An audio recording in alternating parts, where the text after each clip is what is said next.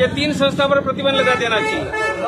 दारुल उलूम देवबंद, तबलीग जमात, जमायत उलेमा हिंद, उनकी सभी मस्जिद मदरसे बंद करवा देना चाहिए और उसके सभी मौलवियों को गिरफ्तार करके जेल में भेज देना चाहिए, वरना भारत का तालिबानीकरण आतंकवादी घटना से भारत बच नहीं पाएगा।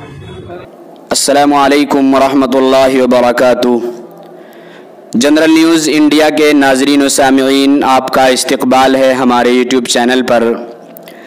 नाज़रीन, जब से अफ़गानिस्तान के अंदर तालिबान की सरकार बनी है और तालिबान को अफ़गानिस्तान पर मुकम्मल कब्ज़ा और कंट्रोल हासिल हुआ है, उस वक्त से ही हिंदुस्तानी मुसलमान बिलखुसूस उलमाए किराम और मदारिस इस्लामिया के ताल्लुक़ से सोशल मीडिया पर बहुत सी बेबुनियाद बातें और अफवाहें फैलाई जा रही हैं, जबकि उलमाए किराम और दारुल उलूम देवबंद ने साफ साफ ये ऐलान कर दिया है कि तालिबान से हमारा कोई ताल्लुक़ और राब्ता नहीं है।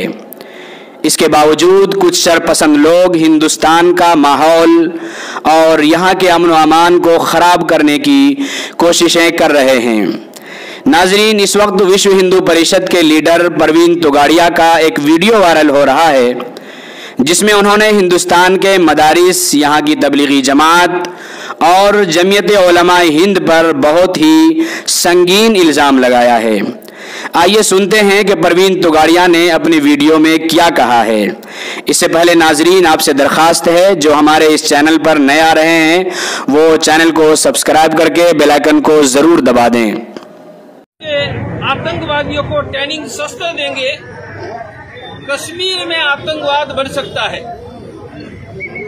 यह तालिबान पैदा हुए पाकिस्तान के तबलीग जमात के मदरसों में, भारत के हर गांव में, हर शहर में, मुंबई में तबलीग जमात, उनके मदरसे, उनकी मस्जिद, उनका मौलवी है।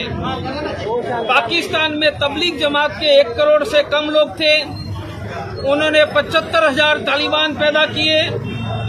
भारत में 7 करोड़ तबलीगी है, तो भारत का तालिबानीकरण का खतरा ज्यादा है। भारत सरकार को तालिबानों का विचार का केंद्र, आइडियोलॉजी का दारुल उलूम देवबंद, तबलीग जमात और जमायत उलेमाए हिंद, तीनों पर तत्काल प्रतिबंध लगाना चाहिए। बस आप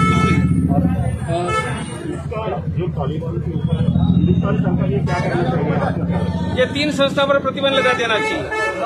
दारुल उलूम देवबंद, तबलीग जमात, जमायत उलेमाए हिंद, उनकी सभी मस्जिद मदरसे बंद करवा देना चाहिए और उसके सभी मौलवियों को गिरफ्तार करके जेल में भेज देना चाहिए, वरना भारत का तालिबानीकरण आतंकवादी घटना से भारत बच नहीं पाएगा। तालिबान ने वहाँ से रिलेशन की इच्छा जताई है, वो कह रहे कि हाँ, आतंकवादियों से रिलेशन रखने का जिनको शौक है वो शौक पूरा करे। यहाँ तक कि फ्रांस ने ऐसे नाइजीरिया के मुसलमानों को शरण दिया था, उनकी दूसरी तीसरी पीढ़ी फ्रांस के पुलिस का गला काट रही है। जिनको यह शौक है वो अपना गला कटवाए, हम तो नहीं कटवाएंगे। तोगाड़िया जी, नरेंद्र मोदी जी देश के पंतप्रधान हैं, आपको विश्वास है इस स्थिति में वे पूरा नहीं होने देंगे? हमें तो दृढ़ विश्वास है। हमारे बड़े भाई नरेंद्र भाई दारुल उलूम देवबंद, तबलीग जमात और जमायत उलेमाए हिंद, उनकी मस्जिद मदरसों पर तुरंत प्रतिबंध लगा देंगे। हमारा दृढ़ विश्वास नरेंद्र भाई पूरा करें।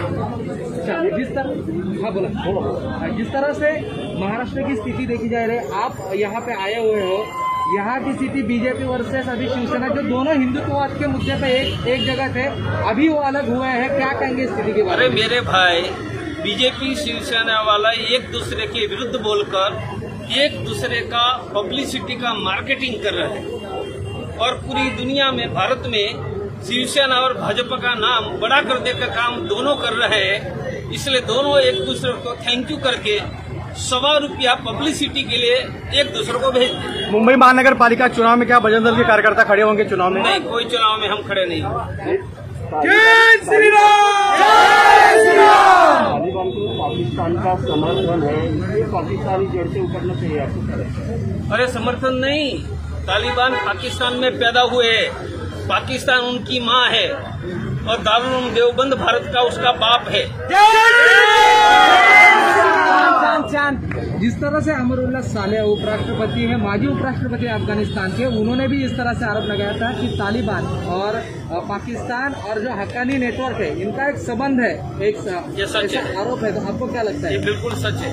मैंने कहा ना, पाकिस्तान उनकी माँ है और दारुल उलूम उसका बाप है। दोनों की पैदाइश का नाम तालिबान है।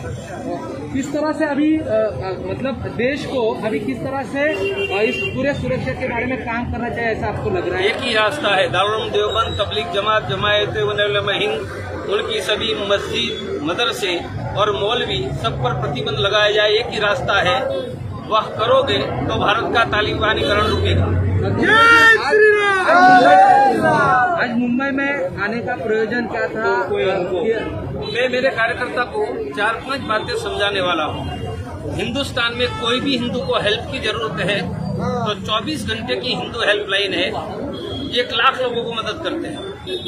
दूसरा इंडिया हेल्पलाइन है, कोई गरीब बिना डॉक्टर नहीं रहेगा, 10,000 डॉक्टर हर रोज एक मरीज की सेवा देते हैं। तीसरा है एक मुट्ठी अनाज, हम घरों में थैली बांटकर अनाज एकत्रित करते हैं, गरीब हिंदुओं को देते हैं। तो ये सब बातें कार्यकर्ता को सिखाने आए। सर, अंतर्राष्ट्रीय अभी आपका हिंदू परिषद है, किस तरह से जो है बढ़ता हुआ जाएगा आगे, और इसका कहीं ना कहीं जो झटका है वो वीएचपी या फिर इन संगठन जहाँ से तो झटका क्यों लगेगा? हमारा झटका तालिबान को लगेगा, पाकिस्तान को लगेगा।